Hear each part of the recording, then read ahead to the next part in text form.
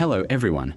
Today we are looking at the DX Knight Invoker buckle used by Nox from Kamen Rider Zeztz.